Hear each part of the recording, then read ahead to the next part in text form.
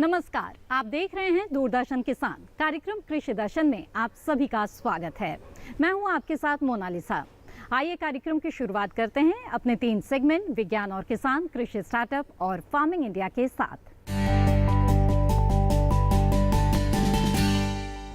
अपने पहले सेगमेंट विज्ञान और किसान में आज हम बात करेंगे स्वचालित सोया दूध संयंत्र के बारे में। कृषि को उन्नतशील बनाने के लिए भारतीय कृषि अनुसंधान परिषद नई नई टेक्नोलॉजी को विकसित करता रहता है और इसी की एक कड़ी है स्वचालित सोया दूध संयंत्र, जिससे किसानों को कम लागत में अधिक लाभ मिल पाएगा। आइए जानते हैं आखिर ये संयंत्र क्या है और इसकी खासियत क्या है, यानी कि किसानों को इससे कैसे लाभ होगा।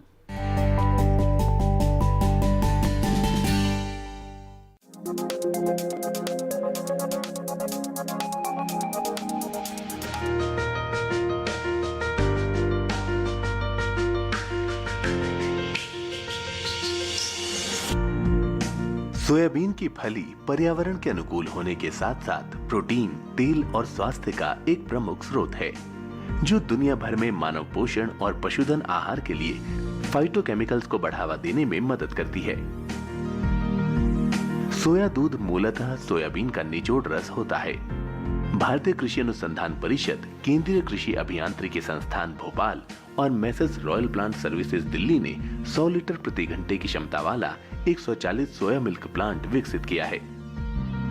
इस संयंत्र में भरण और पिसाई इकाई, भंडारण storage tank, boiler unit, cooker, विभाजक, न्यूमेटिक टोफू प्रेस और कंट्रोल पैनल आदि शामिल हैं।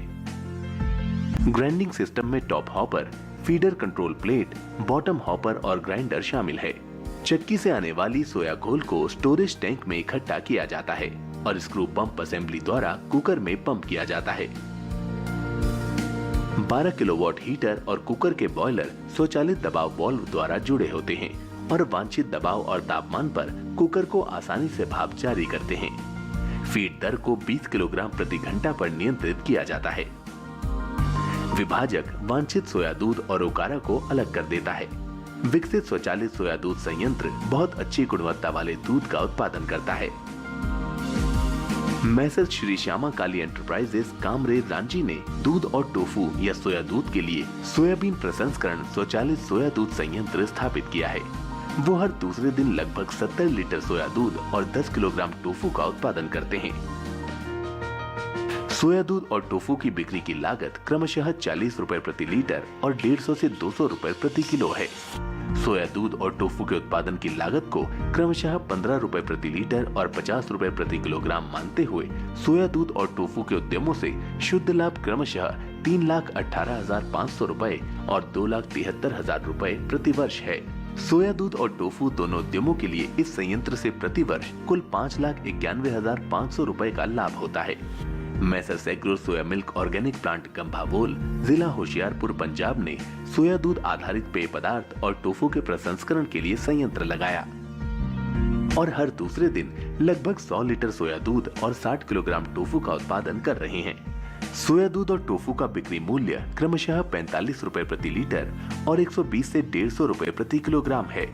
सोया दूध और टोफू बेचकर उद्यमियों द्वारा अर्जित लाभ क्रमशः 5,46,000 रुपए और 7,64,400 रुपए है। सोया दूध और टोफू से उद्यमियों को प्राप्त कुल लाभ 13,10,400 रुपए प्रति वर्ष है। मैसेज लवलॉय फूड प्रोडक्ट्स लिमिटेड बेंगलोर ने सोया दूध, टोफू और पाउडर के प्रसंस्करण के लिए स्वचालित सोया दूध संयंत्र स्थापित किया है। ये प्रतिवर्ष लगभग 20 टन सोया दूध पाउडर और 3 से 4 टन टोफू का उत्पादन कर रहे हैं और सफलतापूर्वक उद्यम चला रहे हैं। मैसर्स मंथन सोया प्रोडक्ट्स राजसमंद, राजस्थान ने स्वचालित सोया दूध संयंत्र की स्थापना की है और हर दूसरे दिन लगभग 50 लीटर सोया दूध और 25 किलोग्राम टोफू का उत्पादन कर रहे हैं। उद्यमी को सोया दूध और टोफू बेचकर प्रतिवर्ष 4,95,000 रुपए का शुद्ध लाभ प्राप्त हो रहा है।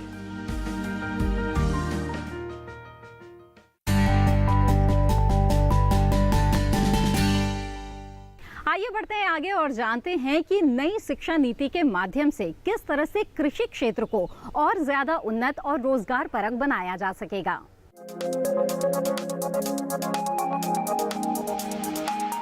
अभी जिस तरह से आपने देखा कि एचआरडी मिनिस्ट्री है, उसमें बदलाव किया गया क्या सर ICR में कुछ इस तरह से बदलाव की बात की जा रही है? उसमें कहा गया है कि आपको कम्युनिटी एंगेजमेंट करना है।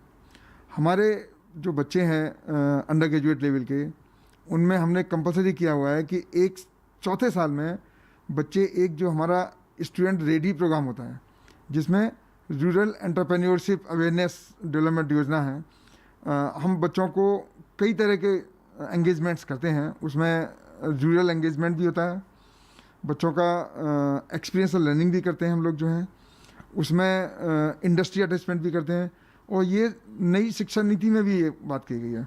लेकिन अब हमें उसको और थोड़ा सा सुदृढ़ बनाने की ज़रूरत है, और हमें अब ये भी सोचने की ज़रूरत है कि जिस तरह से मल्टीपल एंट्री मल्टीपल एग्जिट की बात की गई है नई शिक्षा नीति में, तो क्या हम अंतिम वर्ष में स्टूडेंट रेडी प्रोग्राम करते थे, क्या हमें उसको शिफ्ट करके प्रथम वर्ष में करना है या द्वितीय वर्ष में करना है, या इस तरह से ऑप्शनल बनाना है बच्चों के लिए? क्योंकि मल्टीपल एंट्री और एग्जिट में बच्चा 1 साल भी पढ़ सकता है, उसको सर्टिफिकेट देना पड़ेगा, 2 साल पढ़ के उसको डिप्लोमा भी देना पड़ सकता है आपको, तो वो इस कम्युनिटी एंगेजमेंट से वंचित न रह जाए। तो ये सारी चीज़ें हमने इसमें किया। दूसरा मैं ये बताना चाहूँगा, हमारे बहुत सारे ऐसे प्रोग्राम चल रहे हैं जिसमें कि हमारा मेन फोकस बच्चों के लिए ये है कि एंटरप्रेन्योर्स कैसे बने, जॉब देने वाले बने। जैसे हमारे माननीय प्रधानमंत्री जी भी बार बार कहते हैं कि जॉब देने वाले बने बच्चे, न कि जॉब लेने वाले बने। तो इसकी बहुत सारी योजनाएं हमारे यहाँ चल रही हैं, जो कि नई शिक्षा नीति में भी बात की गई है, और अब हम इसके लिए और एक रोड मैप तैयार कर रहे हैं।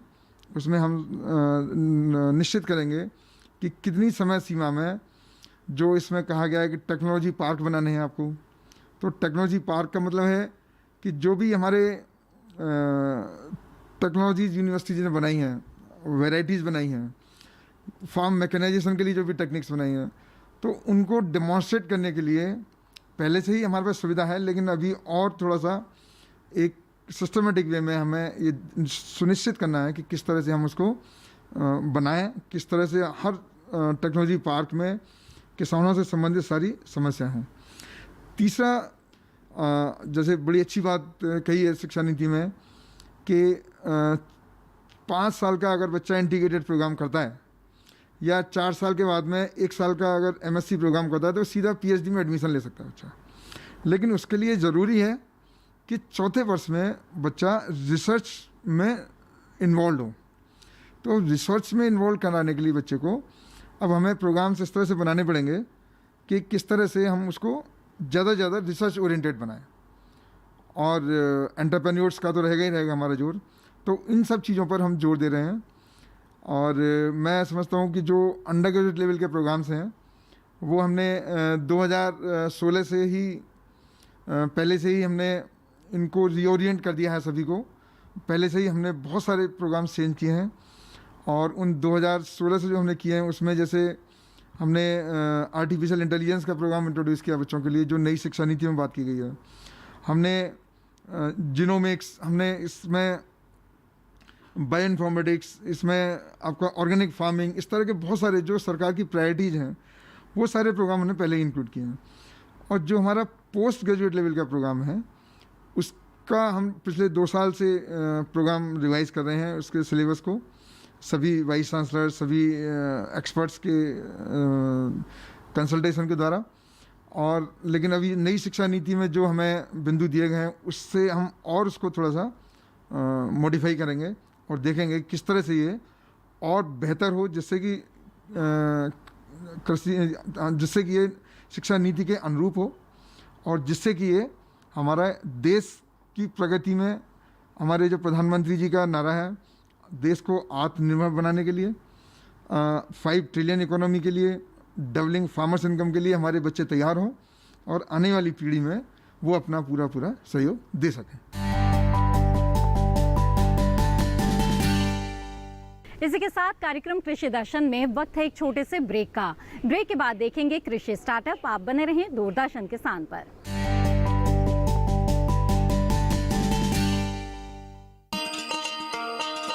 किसान भाइयों गांठ बांध लो, गांठ बांध लो, बात बहुत है काम की, समृद्धि के पैगाम की। मिट्टी के मिजाज को समझो, मिट्टी के हर राज को समझो, मिट्टी की तुम जांच कराओ, मुफ्त सॉइल हेल्थ कार्ड ले जाओ। कभी मुनासिब बीज लगाओ, सही किस्म की खाद ले आओ, जितनी जरूरी उतनी डालो, सही मात्रा खुद पहचानो, इसको अपना मंत्र बना लो, मिट्टी की सेहत तो जानो। बात बहुत है काम की, कम लागत अधिक वरदान की, किसान भाइयों गांठ बांध लो। आज ही मिट्टी की जांच कराएं, राज्य सरकार के कृषि अधिकारी से संपर्क करें और मुफ्त में सॉइल हेल्थ कार्ड पाएं। कृषि और किसान कल्याण मंत्रालय द्वारा किसान हित में जारी। ब्रेक के बाद आप सभी का फिर से स्वागत है कार्यक्रम कृषि दर्शन में। आइए अब बढ़ते हैं आगे और देखते हैं अगला सेगमेंट कृषि स्टार्टअप, जिसमें आज हम बात करेंगे पद्मश्री पुरस्कार से सम्मानित किसान राहीबाई सोमा पोपेरे की।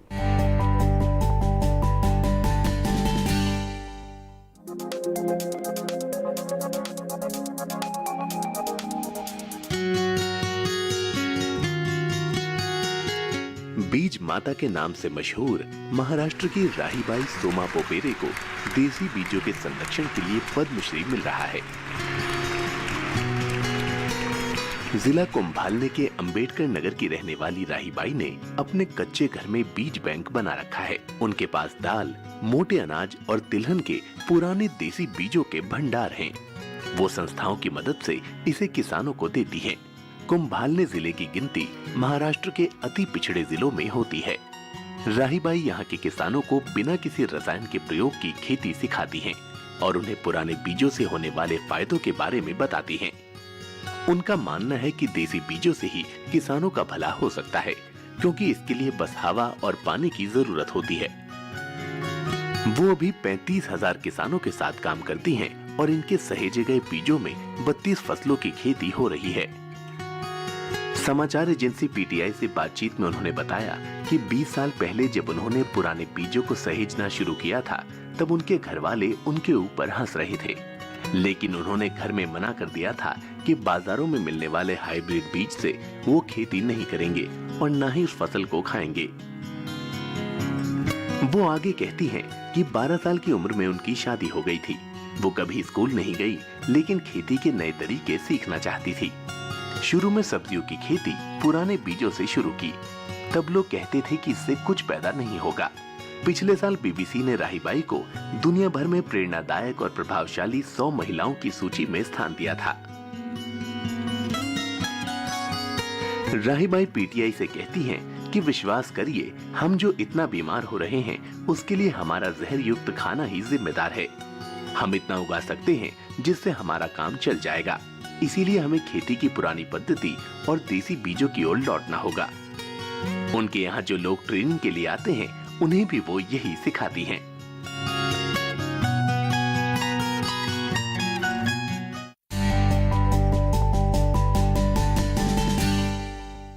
कार्यक्रम कृषि दर्शन में वक्त हो चला है एक और छोटे से ब्रेक का। ब्रेक के बाद देखेंगे फार्मिंग इंडिया। आप बने रहिए दूरदर्शन किसान पर।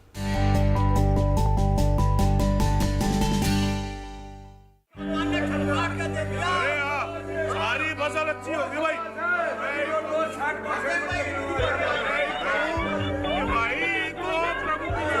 और अब एक जरूरी सूचना। देश के कुछ राज्यों में किसानों द्वारा बड़े पैमाने पर पराली जलाने से आसमान में धुंध छा गई है। लाखों लोगों को सांस लेने में तकलीफ हो रही है।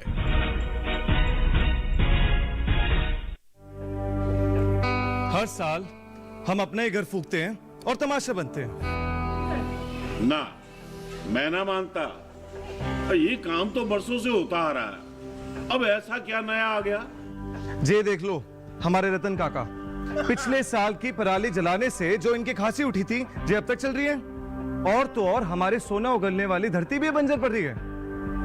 बेटा, तुम्हारी बात मान भी ले, पर एक बात बताओ कि पराली को ठिकाने लगाने में भी तो लागत आती है, और ये आग जलाने से ये काम आसानी से हो जाता है।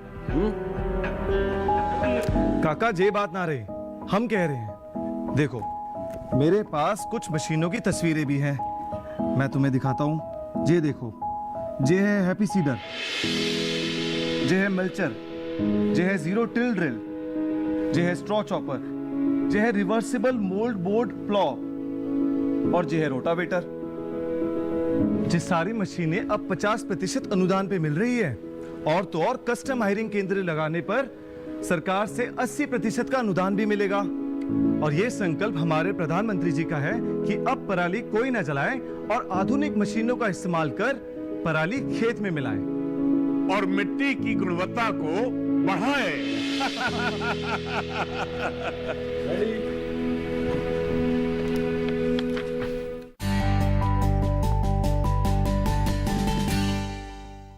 ब्रेक के बाद आप सभी का फिर से स्वागत है कार्यक्रम कृषि दर्शन में। अब देखते हैं अगला सेगमेंट फार्मिंग इंडिया। कृषि में बदलाव और किसानों की आमदनी बढ़ाने के उद्देश्य से मॉनसून सत्र में 3 महत्वपूर्ण कृषि बिल पेश किए गए थे, जिनमें से एक है कृषक उपज व्यापार और वाणिज्य संवर्धन और सरलीकरण विधेयक 2020, जो राष्ट्रपति की मंजूरी के बाद अब कानून की शक्ल ले चुका है। आइए विस्तार से जानते हैं इस कानून के बारे में।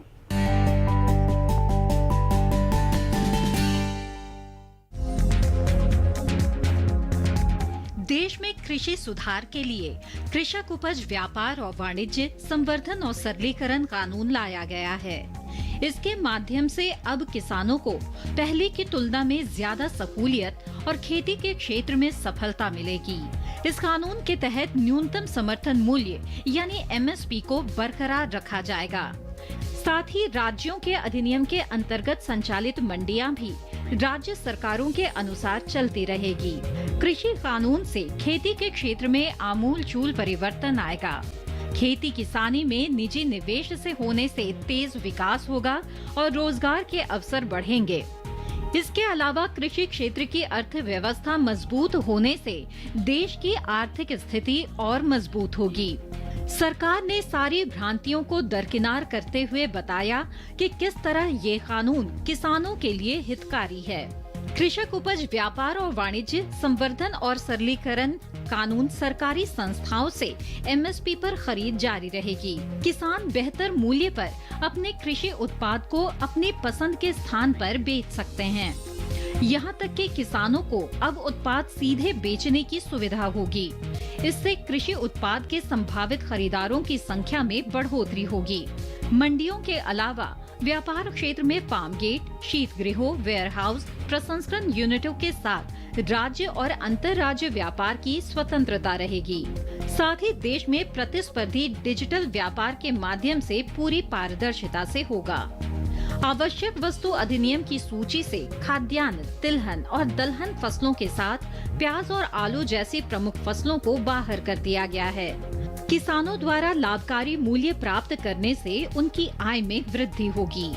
मंडियों में पहले की तरह खरीदारी जारी रहेगी। सरकार किसानों की आय बढ़ाने व सदैव उनके सामाजिक एवं आर्थिक सशक्तिकरण पर जोर देती रही है। भारत में वर्ष 2018-19 के दौरान 285.20 मिलियन टन उत्पादन हुआ और वर्ष 2019-20 के चौथे अग्रिम अनुमान के अनुसार अनुमानित उत्पादन 296.65 मिलियन टन है। इस तरह कृषि के क्षेत्र में बढ़ते आयाम सरकार की नीतियों और किसान की मेहनत का परिणाम है। कृषक उपज व्यापार और वाणिज्य संवर्धन एवं सरलीकरण कानून के अनुसार सरकारी संस्थाओं से MSP पर खरीद जारी रहेगी।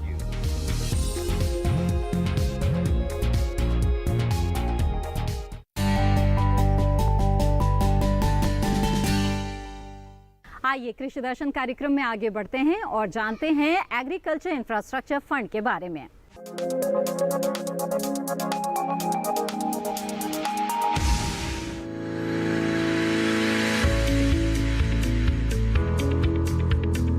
कृषि क्षेत्र के लिए अवसंरचना यानी बुनियादी ढांचा बहुत ही महत्वपूर्ण है और उत्पादन को अगले स्तर तक पहुंचाने में इसकी कारगर भूमिका है।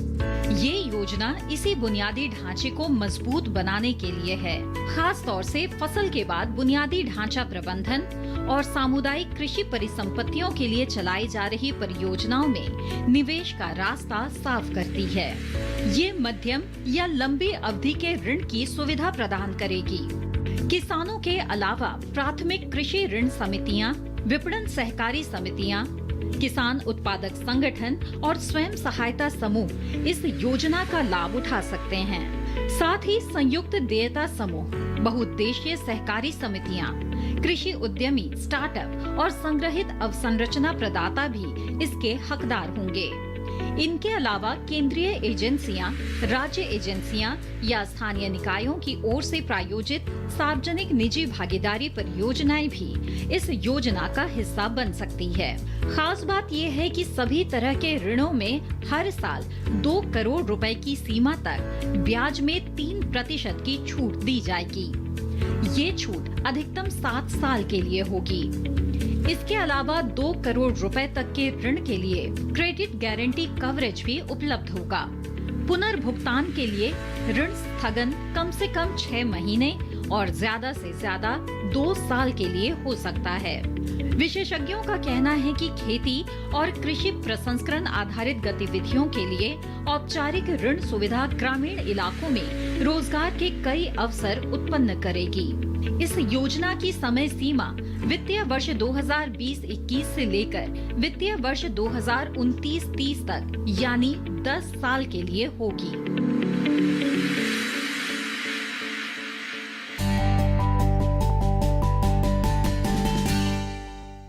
और अब बारी है कृषि कैलेंडर की, जिसमें हम आपको बताते हैं इस समय के अनुरूप कौन कौन से कृषि कार्य आप कर सकते हैं। तो आइए देखते हैं क्या कहता है आज का कृषि कैलेंडर। अक्टूबर माह में खेती किसानी से जुड़ी कई बातों का खास ख्याल रखना बेहद जरूरी है। इस दौरान धान की कटाई मढ़ाई की तैयारी करें और कटाई से 10 से 15 दिन पहले खेत में सिंचाई करना बंद कर देना चाहिए। वहीं अगर खेतों में जल भराव की मात्रा अधिक हो जाए तो समय रहते जल निकासी सुनिश्चित कर लें। इस दौरान धान की फसल 80 से 90% तक पक चुकी होती है और इसका रंग पीला सुनहरा हो जाता है। इस स्थिति में दोनों के अंदर लगभग 20 से 22% नमी पाई जाती है। धान की कटाई के लिए हंसिया, रीपर अथवा कंबाइन मशीनें उपयोगी साबित होती हैं।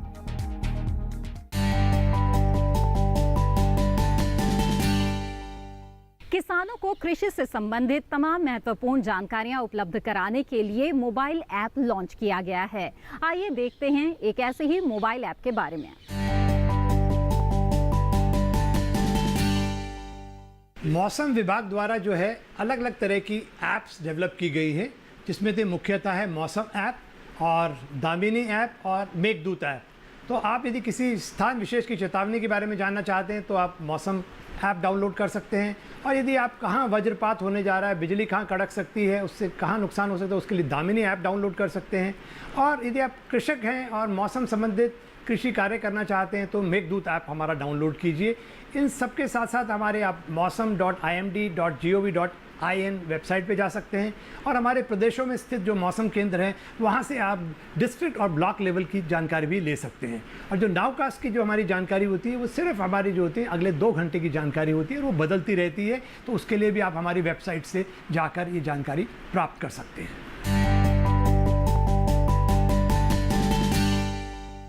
आइए अब दिखाते हैं आपको आज क्या है खास जानकारी आपके लिए ट्विटर प्लेट में।